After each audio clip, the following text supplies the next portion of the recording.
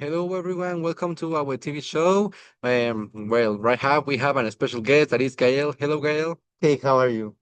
I'm very fine and happy to have met you and be with you about talking about this amazing topic. But first of all, I'm gonna tell you, did you know who is Carlos Monsiváis? Yes, Carlos Monsiváis is a Mexican cultural historian and independent scholar activist. He also is known for his chronicles of the life in Mexico, also in Mexico City, and he wrote some important books like Días de Guardar and La Tradición de Resistencia. Oh, I see that you know all about his biography, but I'm gonna tell you about the Monsiváis ideas. You have like many, like, what are they? I'm gonna tell you a little speech, so you maybe to refresh your memory. Mhm. That he said that all the televisions and the newspaper didn't show the real data of how many people are affected by the drug trafficking. Also, that all that we feel, the horror and fear that become to normalize all these kills, all these things that happen, that we see as all as simple numbers, not as human beings. And also, we perceive the body count as a morbid entertainment, something like a movie, and we enjoy it to see, oh, there are more people dying today than yesterday. Yes, I think that reminds me to a quote he said for La Jornada in February of 2008.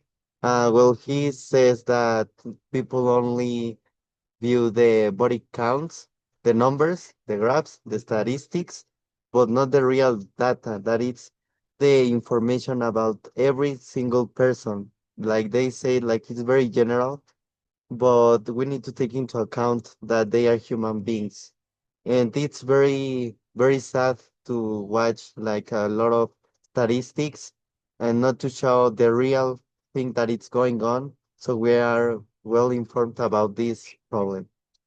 Yes, I agree with you that we see it all this last thing and all the ideas that we have told before. So how would link it to Core Capital that was made by Sayak Valencia? Yeah, I think that all this cause also the television misinformation leads to the structural distrust in the authorities. This is because the citizens lose protection and dignity because violence becomes an alternative form of control because the authorities abuse of their power to impose control, and we can say that this the impunity is guaranteed because whether authorities and criminals are not receiving their prison sentence.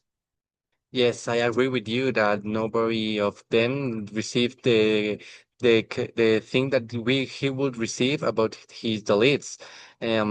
All that you said, it's I have like a friend, like an idea that he said in the BBC World that he said that all the traffic has corrupt all the police sectors.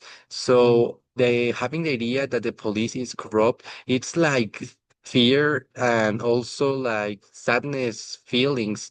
And you don't know how to act because the police that is supposed to protect you, he could also kill you and do bad things to your also your family. So I think this is very good. Also, the immigration as emergency that the narco traffic made, they see it as simple objects, not as people or persons that are there to have a better job or a better lifestyle. And also, the humanization them, so it's a little bit sadness to think that they come here to have a better life, and he receives everything else about they wanted. Yes, as you mentioned in the line that says that that they are seeking for new opportunities because, as Carlos Monsiváis said for BBC World, the job is in extinction. So that is why migration is happening right now. Migrants want a new life, a better life, but they need to take the risk of being kidnapped or killed by narco traffickers. So I think that this is a very, very crucial problem that we need to solve right now. because even the authorities or everyone here as citizens do something because we fear in living in this country or in this world. Yeah, I agree with you. And also, they see the violence as a job. They see a job killing people or trafficking drugs or to things that they are not legal and not human to do it. Like, for example, promise of well deeds to recruitment. And this is very special to the kids that they use it only as simple objects and weapons to I don't know how to say it, but it's like something that I'm not agree with that because why do a kid lose his childhood being here and doing things that it's not supposed to do a kid of his age? Also, they replace the human dignity to the economy utility, as we said that they see as a simple object. So they don't think about they feel like they are only like for example like the slavery in the United States years ago they said it like simple animals. So I think this is very sad because they are people and also with their children because why do they have to feel that? Also, all the drug trafficking have become an alternative when all the system fails. And this is very sad to think about all these problems that we feel in the country. Yes, I think this all connects to this new culture of idolizing and idealizing the drug trafficking, like a new culture. For example, Carlos Monsiváis says in the magazine of the Biblioteca de México, where he says that they act like influencers. They have influence in right now in the humans, like not only children, but the adults or the teenagers, where they promise something. Narco traffickers promise money, wealth, cars, houses, and all you can imagine. But I think it's very important to know that this culture is so broken that they prefer that than to be happy, enjoy their childhood, just as you said, and to be more aware of being a better person every day and not just seek money, but it's important to seek love instead of just money and drugs and all the luxury things.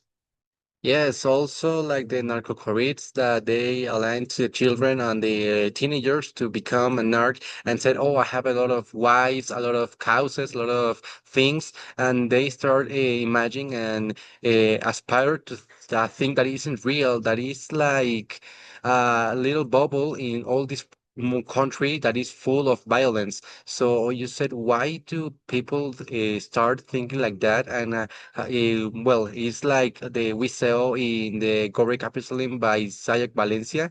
This turns vulnerable bodies into merchandise that we said before. So I think this is very sad. And why do we have to normalize this as we commented? We have to fight this. I know this will be a big change and it will take a lot of years, but I know if we all help us, we could make it. We could make it. Yes, and yes, he's very correct. And also, Carlos Monsiváis says that this lack of opportunities of, for example, migrants that are like very vulnerable because they do not have, very sadly, they do not have a job because, yes, they need to migrate to other country to seek for new jobs and to seek for protection. And in this path to the United States, that is the goal for many people, they can be recruited by drug cartels, just as Sayak Valencia mentions that capitalism turns vulnerable bodies into merchandise. So within, they do not um, treat humans as humans, but as a product to sell and to not to contract, but to use them for their own good things. Yes, Good things, but his benefit. are very bad because they are recruited to be part of their organized crime. Yeah, I agree with that. But well, Thank you very much, Gael, to this short interview, and also thank you for all our viewers and listeners. I'm very happy to that you see this program and you like realize and think what is the real problem that we have to fight. As we fight it the most nearly, it will be better. So thank you very much, Thank Gael. you for having me here. Thank you. Well, thank you so much for your time. Well, see you. Bye.